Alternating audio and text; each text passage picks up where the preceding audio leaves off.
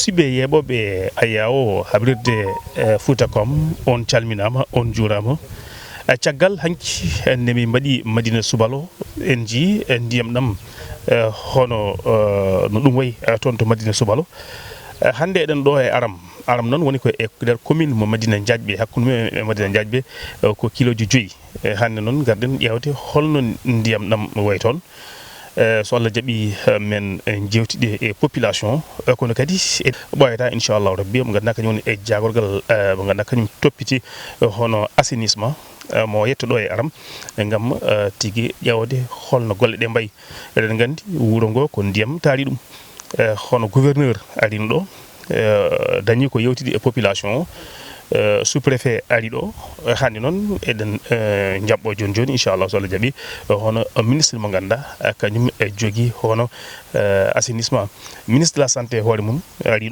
ɗo eɗen gandi hono Ibrahima Sy o yettima ɗo gam ƴewde population holno ɓe guurdi e ɗiɗo ndiyameje en calmini bandiraɓe Wande naɓe bandiraɓe Kenehene naɓe eɗen gandi oɗo saaha kamɓene aussi ɓe goni koye oɗo situation saabu won galle ɗi ganduɗa goni ko e nder ndiyam sa yeehi toon to Takkoyel toon to Diggudombi lawlo ala ko laana tuggandema gollere ha toon to Diggudombi alhamdulillah en jetti Allah par ce que kabaruji dañaji ɗi toon to diwan mo Matam oɗo saaha ndiyam ɗam woni koye ustade hayso ko tawi hono station mo Podor o kañum ko c'est à la hausse kono c'est très minime par rapport donc ene wano donc emin jogui yakare wonde e nder yontere nde ma ndiyam ɗam usto no fewi ha ganda yimɓe tigui daña sagoji men ɗum noon ala no mbatten bismen hono Ibrahima Fall e bammen Kalidou Lo mo ganduɗa ko conseil municipal toon to commune mo Madina Diadɓe. Allah jarama monsieur Diaby hande ko alkamisa ne hawre nogas nayi lewru octobre eɗen ɗo henna bite jeeri e ilameje ɗe ƴewta ɗum holno wayi e diwan o ilam ɗam to maayo to ɓe mbiya ustima seeɗa kono ha joni kam ilam ɗam ne yaaha kam mbiyata cakkoram ɗam ne yaaha ha joni seeɗa eyyi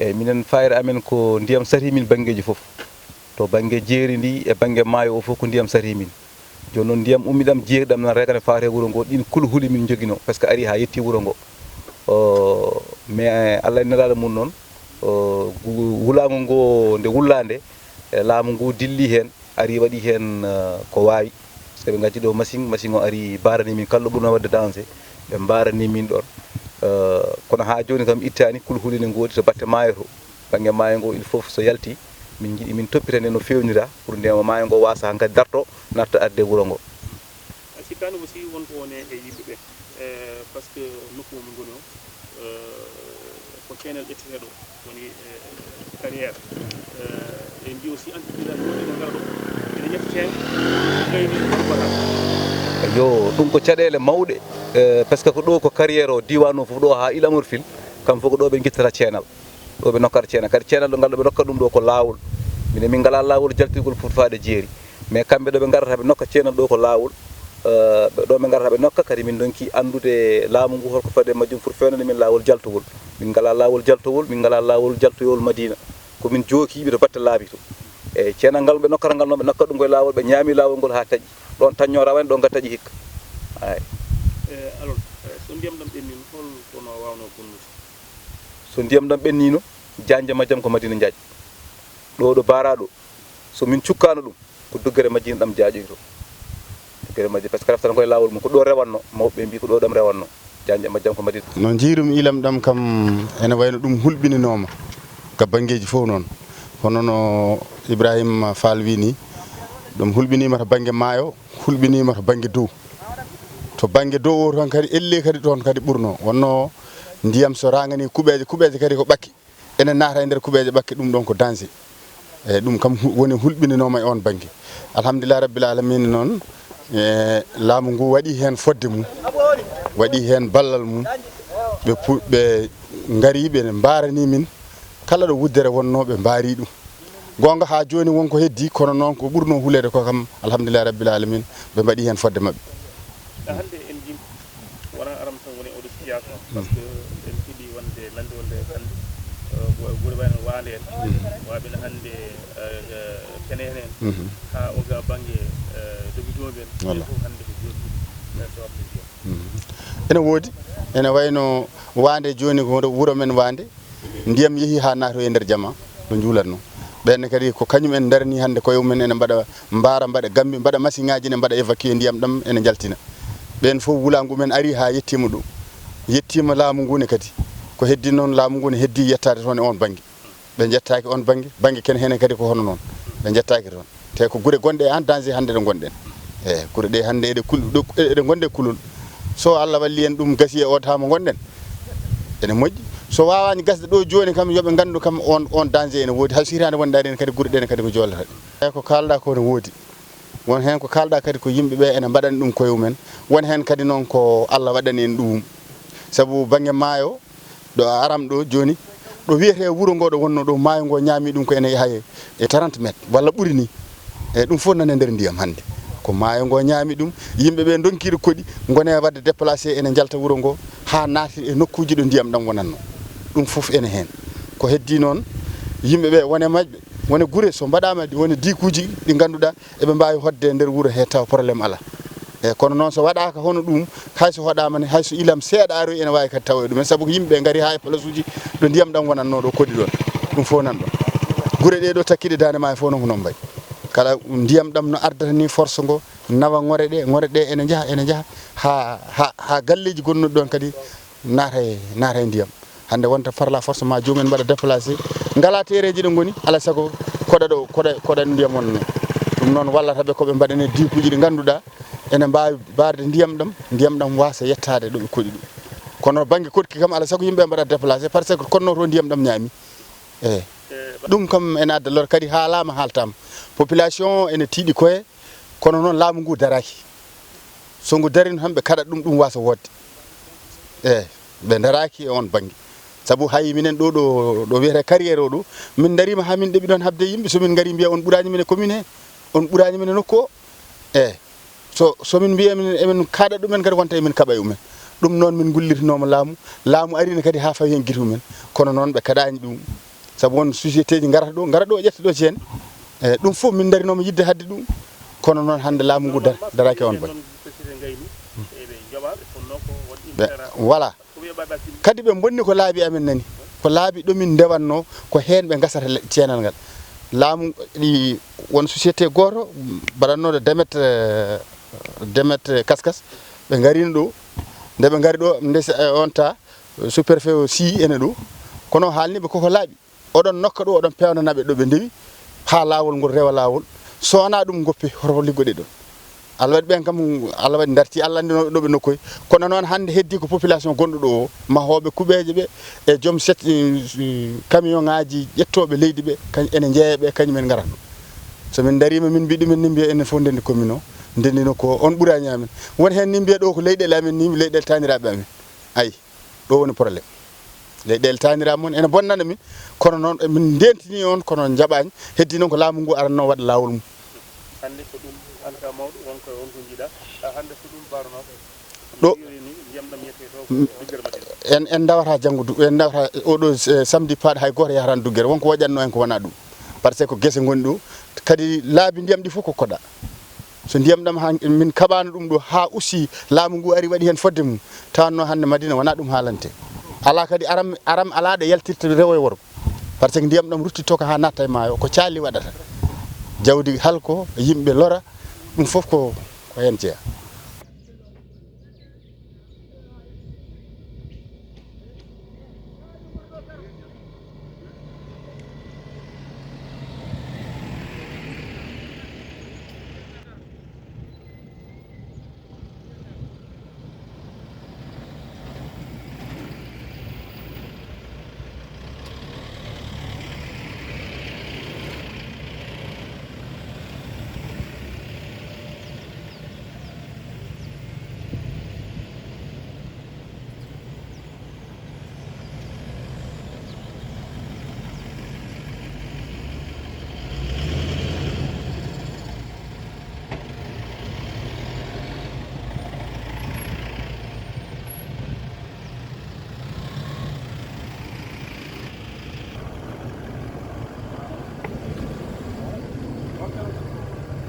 Vous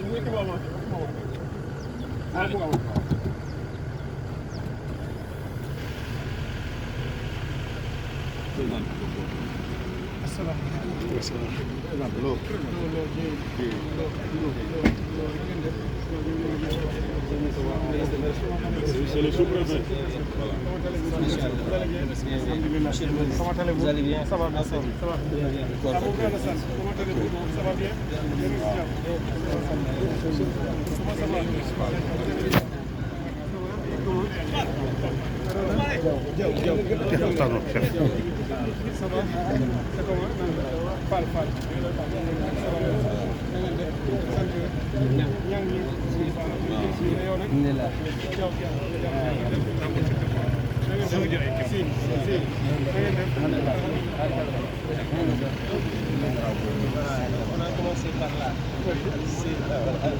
Inonder Médina et toute cette zone-là, parce que ça va encore se déverser sur le fleuve. Il y a le fleuve de l'autre côté. Quand ça se déverse maintenant sur l'autre fleuve, ce sera maintenant une inondation totale. Ce qui fait donc que cette digue de protection-là sert donc pour arrêter l'eau des rivières qui risquent donc de déverser. Voilà. Ce qui fait donc que nous n'avons que cette zone-là en période de crue pour passer. Voilà. Donc c'est ça. C'est ça qui avait lâché au début. Voilà. Même nous de pouvoir produire pouvoir emblaver pas mal de surfaces qui longent un peu ces axes-là. Parce qu'ici, on parle de potentiel de Podor. C'est énorme, hein? Mais la majeure partie de ce potentiel est un peu éloigné des eaux. Donc il y a des axes partout. C'est des kilomètres et kilomètres d'axes.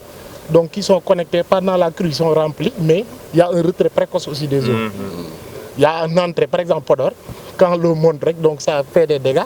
Mais quand ça commence à baisser, c'est un retrait précoce. Et même la culture de décrue des fois, ce qui fait que même la décrue maintenant, les gens disent que c'est pas productif parce que c'est le temps de séjour qui est un peu court. Donc là aussi, ces ouvrages-là, la SAED en a fait, on a fait avec AIDEP et consorts, ces ouvrages-là qu'on veut un peu pérenniser, de multiplier et consorts. Je pense que de manière ramassée, c'est ce que je voulais dire.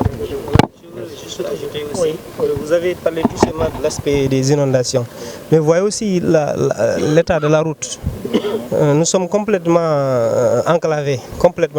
C'est la seule piste. À part aussi, il y a la piste Médina Aram.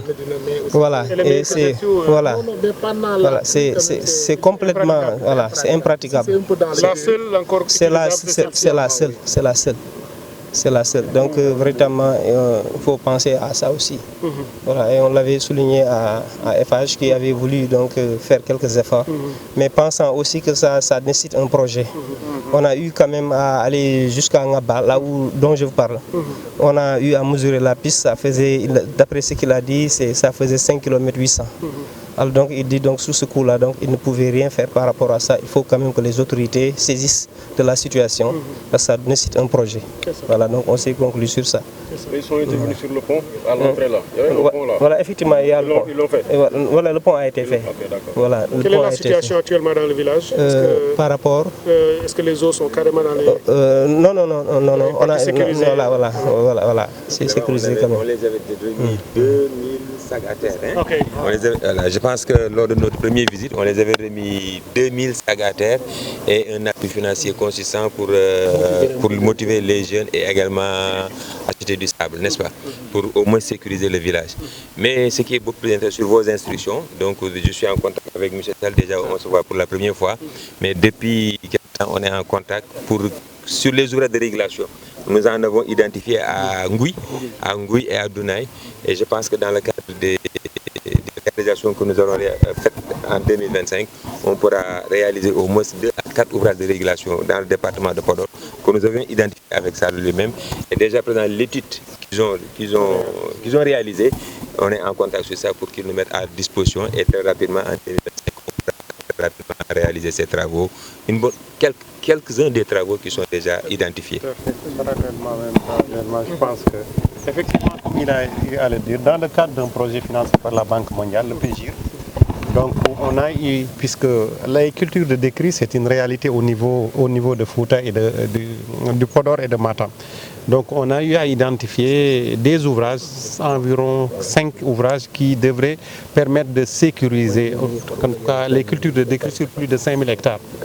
L'étude a été réalisée jusqu'au niveau APD et il y a même une étude environnementale. Nous sommes dans la phase de recherche de financement. Déjà, je pense que, et tout récemment, comme il a eu à le dire, on nous a mis en contact et je pense qu'il suffit juste, puisque nous sommes des démembrements de l'État, hein. Il n'y a pas ce cloisonnement. Il dit que toutes les études ont été faites au Sénégal. Avant de faire des travaux, cherchez-moi d'abord les études. Effectivement. Donc je pense que nous sommes disposés. Je pense avec cette direction pour vraiment très rapidement et au-delà, je pense que essayer de voir ces endiguements qui ont été réalisés depuis un certain temps et par rapport à des occurrences données. Qu'il y a une certaine dose de probabilité en hydrologie. Donc si l'événement pour lequel une infrastructure est conçue et dépassée, c'est normal, hein, nous comprenons. Donc nous allons vraiment nous rapprocher d'eux pour très rapidement essayer de voir ce qu'on pourrait faire et pour soulager ces populations.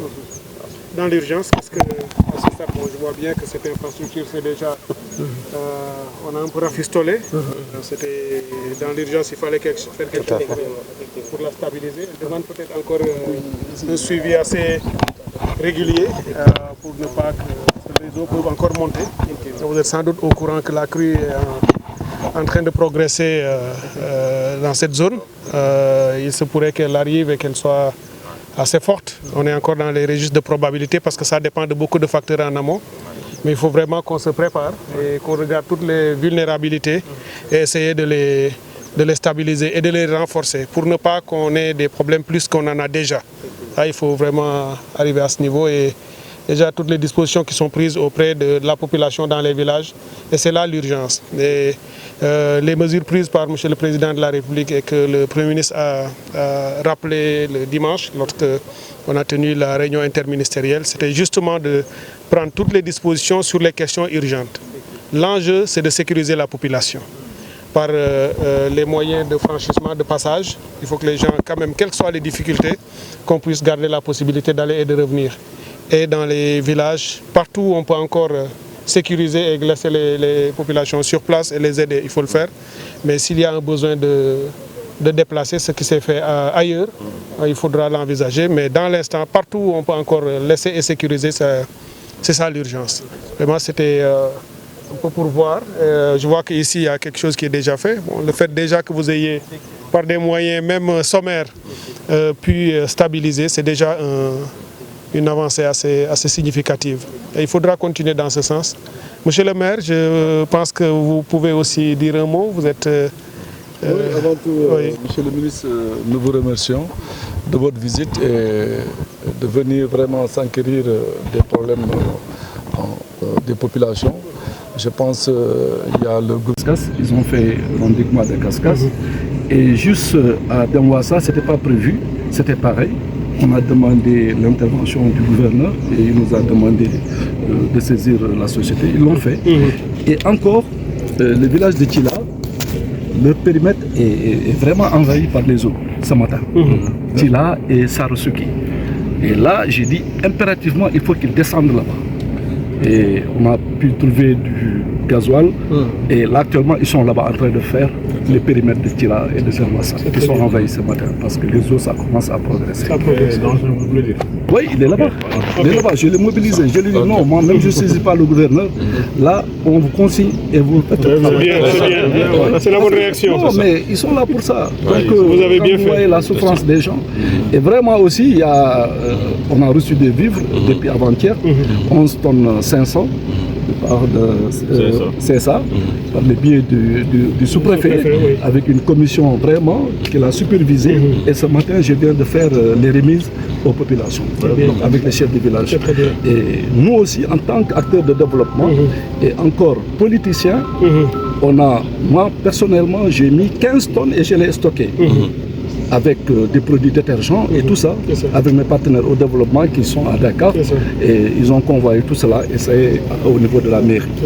Et par le biais aussi d'autres bonnes volontés, ils ont eu à nous envoyer 5 tonnes de riz et d'autres produits détergents. Ouais, donc c'est tout le monde qui est... C'est bien, c'est très bien. C'est très bien. C'est ça. Très bien. Maintenant, moi, ce que je demande comme urgence est qu'il y avait les piments. Je pense bien qu'avec les résiliences de la vallée, on a un projet, on a ciblé l'axe Aram, Djeri et Takouyim. Takouyim, je ne sais pas si on va faire Takouyim parce que Takouyim c'est beaucoup plus enclavé encore. Parce que là, Takouyim ne peut pas se déplacer. Moi j'ai eu à donner 2 millions qu'ils achètent une période avant-hier. Et là, monsieur le ministre, il faut le voir. Parce que Takouyim, il ne peut pas sortir. Ils sont complètement enclavés. Eux, ils peuvent sortir, mais Takouyim ne peut pas sortir.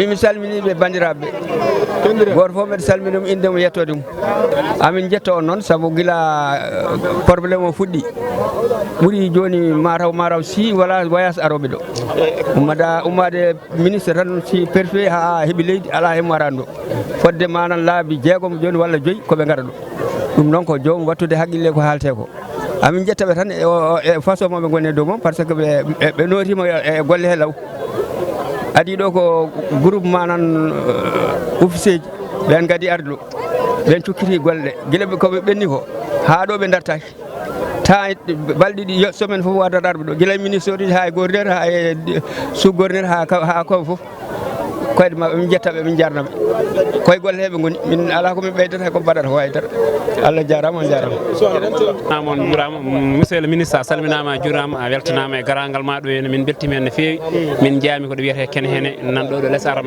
hakkude mum e Aram le 3 kilométre min anda foof koye nder Jolof he min goni komin yooliɓe ɗum noon monsieur le ministre Allah jarama a jarama min beltima Allah yi golle ma min beltima no fewi garagal ma ɗo bisimilla ma assalamu aleykum wa rahmatullah ene wayno ministére a jarama arde yiide golle bonɗe ɗo ene diwan he ene wayno minen wannaɓe guese amen ɗiɗi fof ko jooliɗe wuuro ngo ko yooli eyyi kadi hay sakuji min ngala min mbariri ko doole tan pikkuji tan e leydi ɗum noon ko hunde fof nde walle kadi ala kadi ɗo machine kadi wawi tuggude dialo tuggotako sababu ne ñoosade e galleji he guese ɗiɗi ɗe ɓe mbaɗano campagne uji fof guese ɗe fof ko jooliɗe eyyi kadi ko hunde labtude kadi wuuro ngo fof hande ɗano ha ko jamma ɗanta ko ñalawma kadi wande woɗɗani oto wawi yaade ha toon ɗo joni wawi yaade ha yiya donc bandiraɓe hande monsieur le ministre de l' assainissement ari kañum est gouverneur de la région de Saint-Louis et préfet du département de Podor et le sous-préfet de l'arrondissement de Kaskas. Oɗon gandi ɓeɗo ɓe ngari ɗo, gouverneur ari ɗo, préfet ari ɗo e service technique fof ngari ɗo pour ƴewde caɗele ɗe aram jogui. No ɓe jii ɗum ɓe ɗanaki ɓe jooɗaki, ɓe neldi immédiatement des engins pour ngara pewde parce que ɓe jii ko foti waɗede ɗo. E ɗum ɗon ummini ministre de l' assainissement mo ganduɗa c'est le président Diomaye Diakhar Faye nelimo e inde Sonko.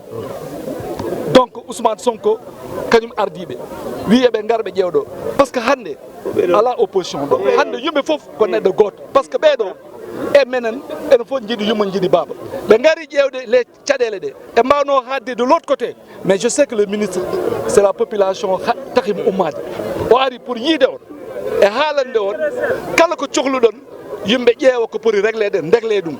On jii maaro ko waɗama distribué e dow yamirore le gouverneur, préfet et sous-préfet avec transparence, comité de gestion waɗa ardina ɗum ko le chef de village et debbo goto gorko goto et jangguinowo goto. Ɓe ngari ce matin à la mairie, moi je suis arrivé à 15 h, j'ai fait les remises de bons et j'ai donné le riz. Ils sont en train de transporter le riz pour les populations. Et même j'ai demandé, je ferai suivi mais jogui bon enlèvement pour dire de gorfo so hebi gadal mum.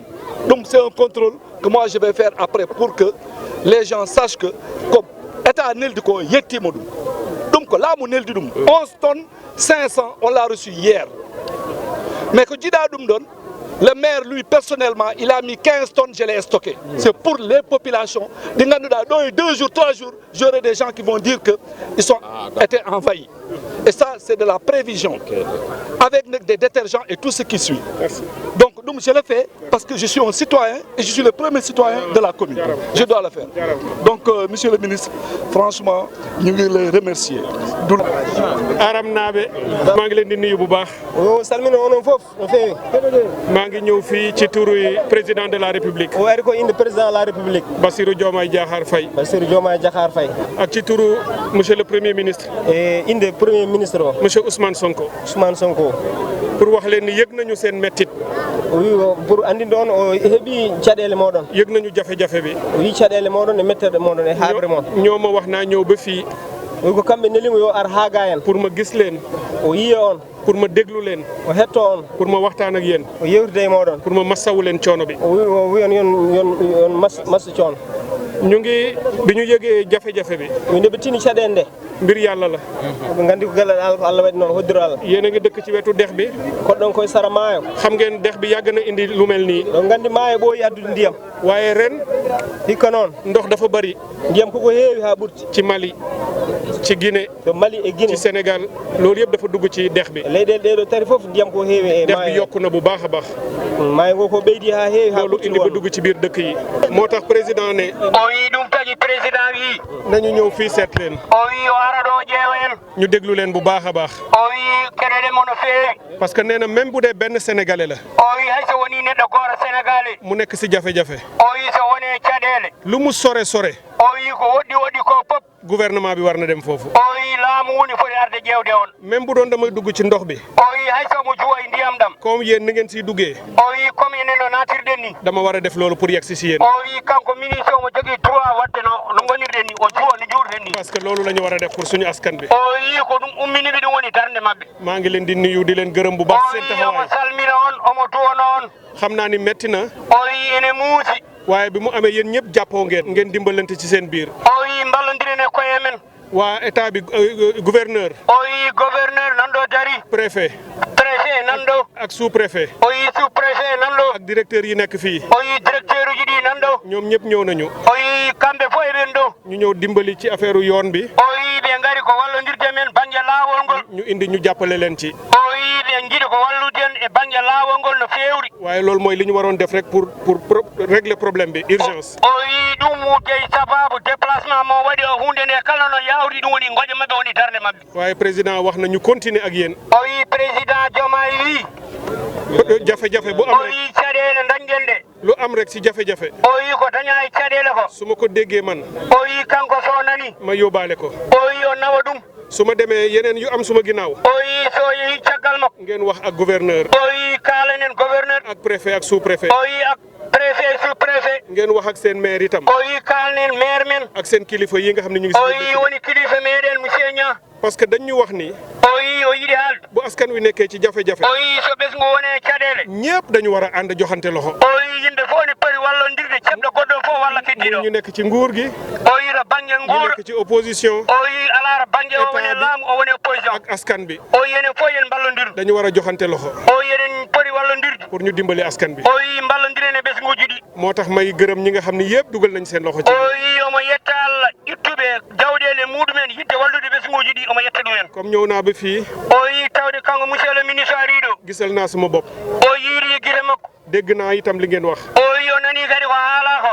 dégg naa seen wax ci pour ñu defar yoon bi fii. o wi o yiiro laawol ngol to o fuɗɗori o yi caɗele ɗe. pour ñëw bi gën a yomb. o wi pour no yawri pour mbawen yaltude nadde o wi ɗum woni darde mabɓe. loolu du suma ministère.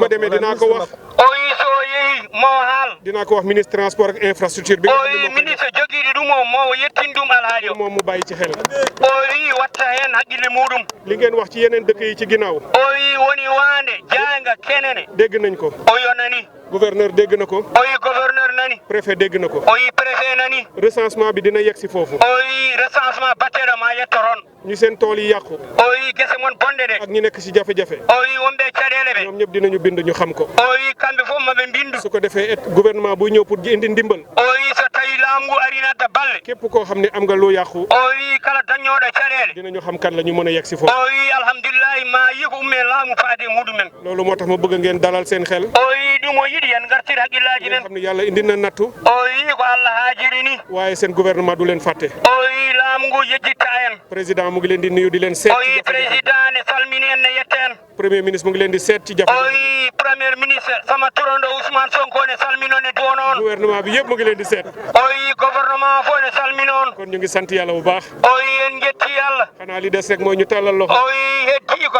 al imam waɗanen duwaw. iliman yi ñëw fi yëpp.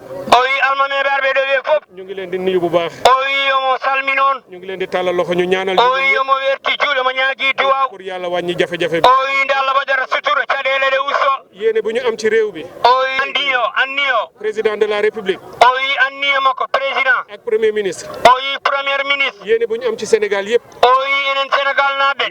anni e makko. pour ñu fexe ba jafe-jafe. anni e moɓe jogee Sénégal o pop. ñu ñaan yàlla def loolu. o wi eɗen ñaago duwaw yo Allah yettin ɗum. jaɓe duwaw amin amin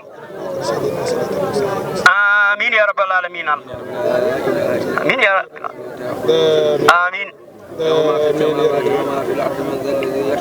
يا رب العالمين آمين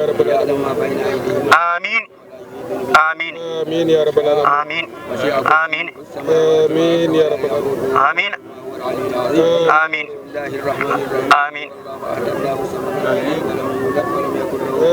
آمين بسم الله الرحمن الرحيم قل هو الله أحد الله الصمد لم يلد ولم يولد ولم يكن له آمين بسم الله الرحمن الرحيم قل هو الله آمين يا رب آمين يا رب العالمين آمين يا رب لم يكن له كفوا أحد آمين يا رب العالمين برب الفلق آمين ومن شر النفاثات في آمين آمين بسم الله الرحمن الرحيم قل أعوذ برب الناس ملك الناس إله الناس من شر الوسواس الخناس آمين